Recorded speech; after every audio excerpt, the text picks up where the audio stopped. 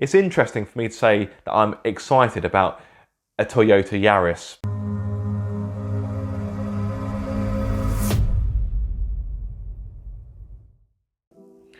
Look at that, streamlined. As you can see, I've finally had a haircut. My hair was getting a little bit overgrown, a bit wild, and I think that birds were starting to nest in it. So I got the missus to cut it. But bear with me, one of the cats is trying to get out and she's closed the door. Ruby, silly sausage. The cats are quite content in here, so I'm not going to evict them today. Isn't that right, girlies? Anyway, I've lost my train of thought. Yes, so I got the missus to cut my hair. She did try to fade it, but didn't quite go to plan, so it's short all over.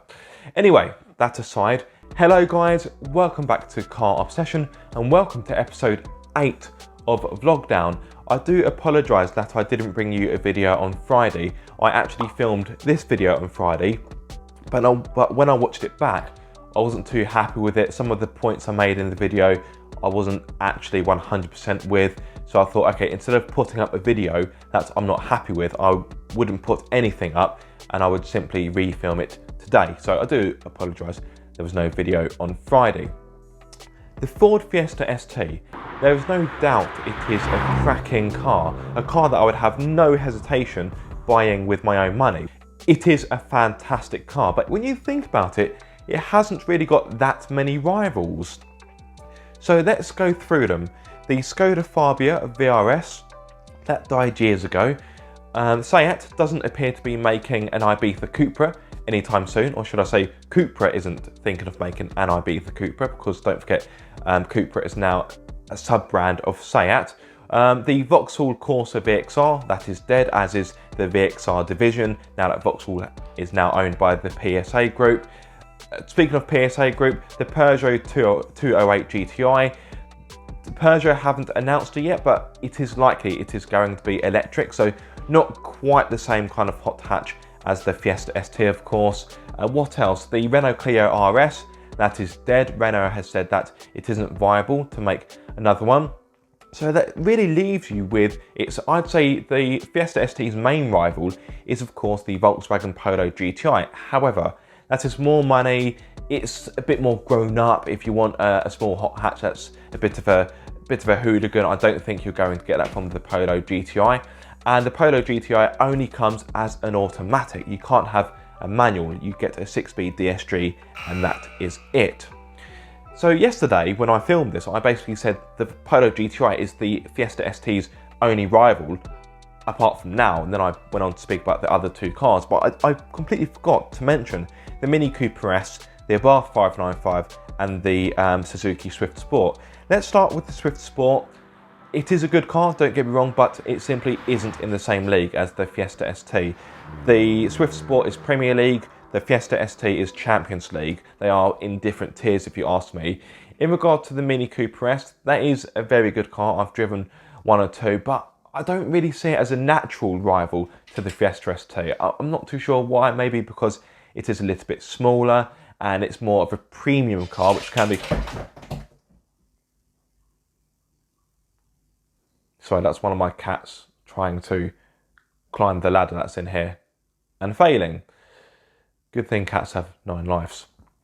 So the Cooper S or the John Cooper Works, they are great cars that make a fantastic sound and they are really good fun, but I don't really see them as a natural rival to the Fiesta St, and they can get pretty pricey once you spec them up. And the Abarth 595 is a bit too small, it's a bit too impractical, a bit too expensive, and I just think they're a little bit flawed. They've got bags of character, but I still maintain that the only proper rival to the Fiesta St is the Polo GTI. However, Asia is sending in reinforcements in the shape of the Toyota Gr Yaris and the Hyundai i20N. The Toyota is of course from Japan and the Hyundai is from South Korea. Let's start with the Toyota Gr Yaris. This is a car that on paper looks to be very, very exciting. For starters, it has, believe it or not, an all-wheel drive system. Yes, somehow Toyota has been able to engineer an all-wheel drive system in a car of that size. Very impressive stuff. What's even more impressive is the power that is going to be fed to those four wheels. It will use a new 1.6 litre 3-cylinder turbocharged petrol, which offers, wait for this, 261 horsepower. 261 horsepower in a Super Mini hot hatch. That is incredible. To put it in perspective, the Fiesta ST has got 200 horsepower, and that is by no means a slouch. So 261, that is going to be something quite special. In regard to the torque, it has 360 Newton meters of torque, which is enough to worry some bigger hot hatches. That is quite substantial for a small Super Mini hot hatch. In regard to the performance, it will hit 62 miles per hour in just 5.5 seconds. Astounding. To put that into some kind of comparison, the Fiesta ST does it in 6.5 seconds. And you may think, well, a second isn't that much, but that's quite a big gulf in my opinion. So 5.5 seconds, impressive stuff. And the top speed will be 143 miles per hour, which is pretty much on par with the Fiesta ST. But it doesn't stop there. Not only does it have a firecracker of an engine and all-wheel drive system, but it has other clever technologies, such as 3 driving modes. And some of you may think, well, lots of cars have got 3 driving modes. There's nothing really innovative about that, but hear me out. So you have 3 driving modes. You have normal. In normal mode, 60% of the power is fed to the front wheels and 40% is fed to the rear wheels. You then have sport mode if you want a bit more of a dynamic drive. That sends 30% of power to the front and 70% to the rear. And lastly, you have track mode, which gives you a 50-50 split over both axles.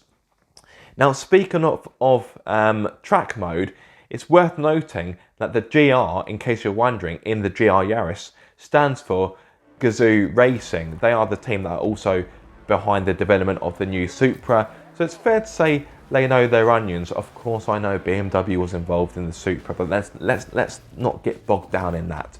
Not only have Gr Racing been involved, in case you don't know, Gr Racing is Toyota's motorsport division, but Tommy Mäkinen Racing have also been involved in the development of the Gr Yaris. Tommy Mäkinen Racing, they are partners with Toyota for the WRC, the World Rally Championship. And as you can see from the footage that I've put into this video, which has come from Toyota's press office, World Rally Championship has been a very strong influence in this car. Of course, it's got the all-wheel drive system. It will have a fair amount of sporting paraphernalia, and it has a punchy engine. It's also worth noting that there will be an optional pack. It's called the Circuit Pack, which will give you a limited slip diff for both axles for maximum traction. There is a bit of a problem: the price.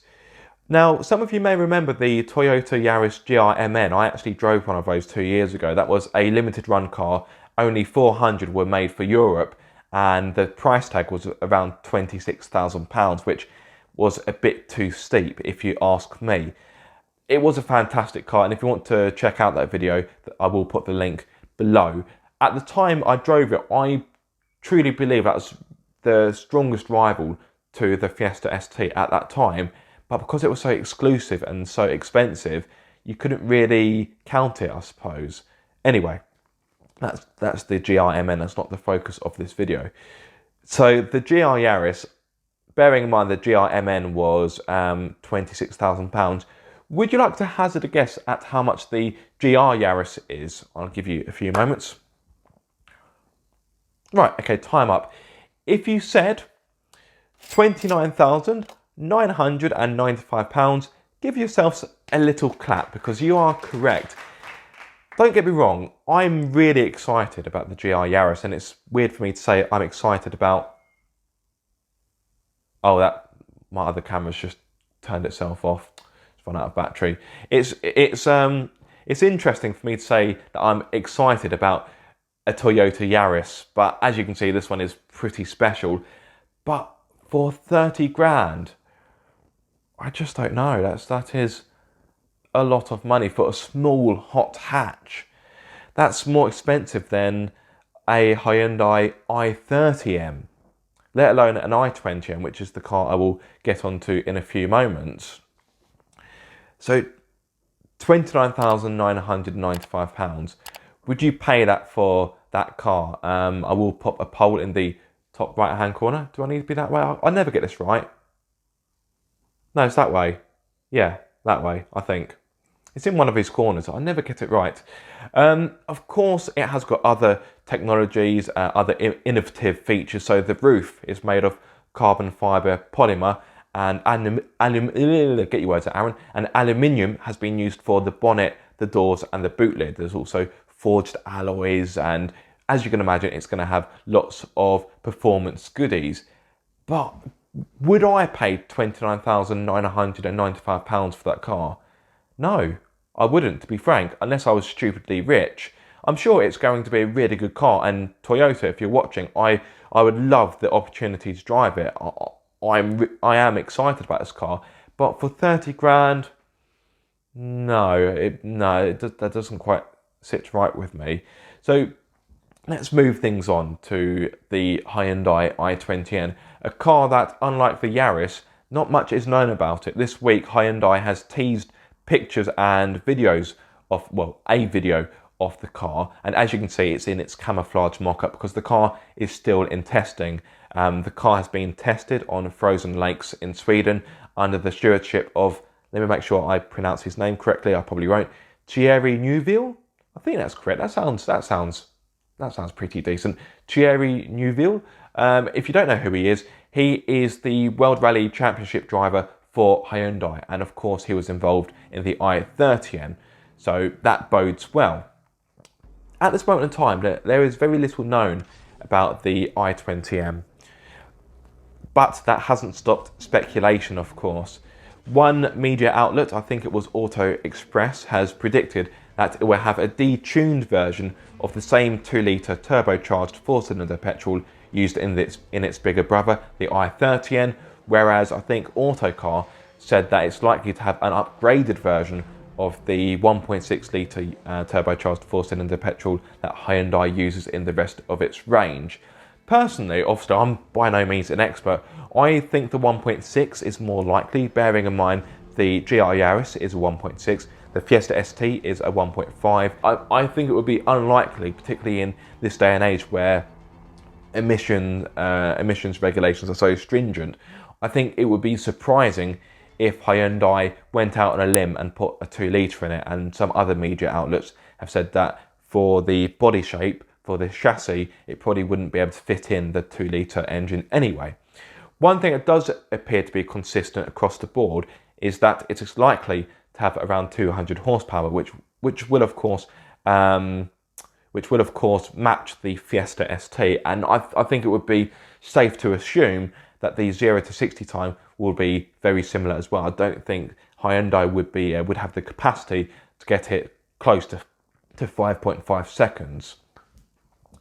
As you can see in the videos and the footage, the i20N is going to be a 5-door. Given the fact that the rest of the i20 range is 5-door only, I think it would be a little bit foolish to expect a 3-door i20N, particularly as a lot of car manufacturers are moving away from 3-door hatchbacks and exclusively only making 5-door hatchbacks. Of course, you can get the Fiesta St in a 3-door or a 5-door if you prefer, and as you can see from the pictures, the Gr Yaris will be 3-door only by the looks of it.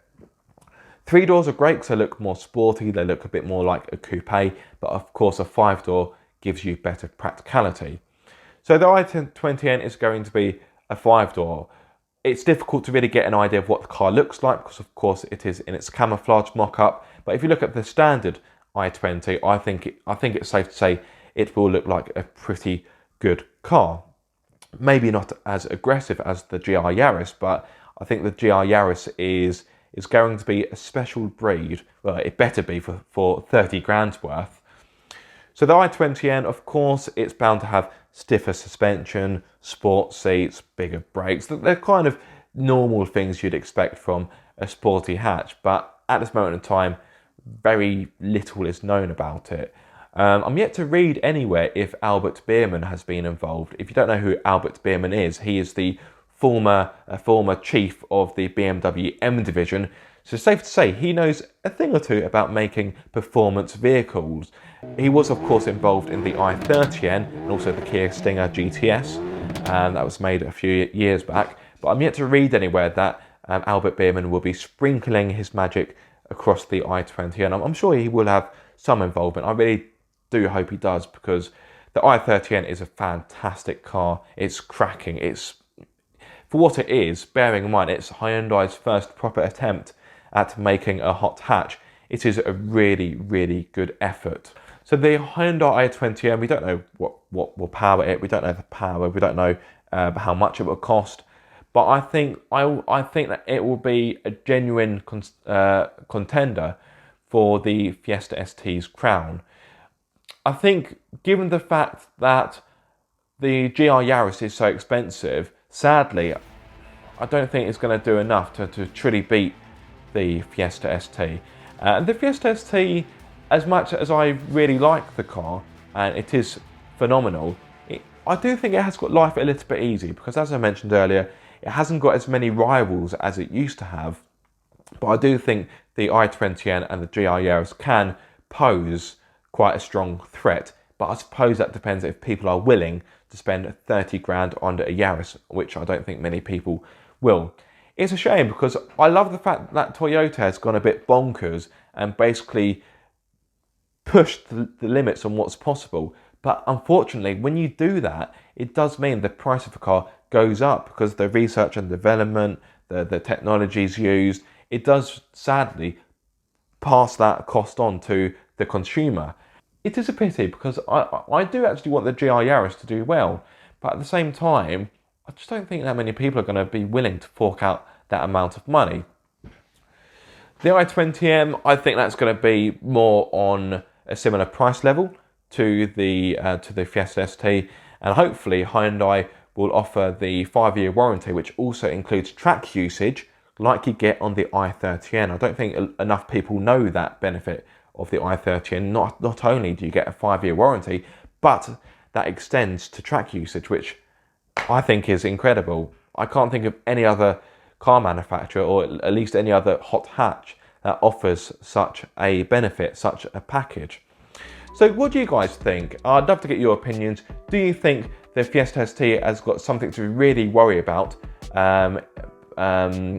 when it comes to the Gr Yaris or the i20N? Or do you think the Fiesta ST will keep its crown and keep on top of the pile? Let me know what you think. I'd love to know your opinions, guys. And if you have enjoyed this different format of video, which has been more about car news as opposed to me or my life, do let me know, because moving forward, even after the lockdown has been lifted, I would contemplate making news videos just talking about the latest cars and that kind of thing, and bringing you information to you guys. So if it is something you'd like to see, please do comment below. Apart from that, probably time for me to end, because I've been speaking longer than I was planning. But thank you so much for watching. If you have enjoyed it, be sure to like, subscribe, comment. I don't know why I did comment. I've never done that before. That's quite weird. Anyway, like, subscribe, comment, and of course, click my bell so you get notified every time I make a video. But until the next time, guys, be sure to keep up the car obsession.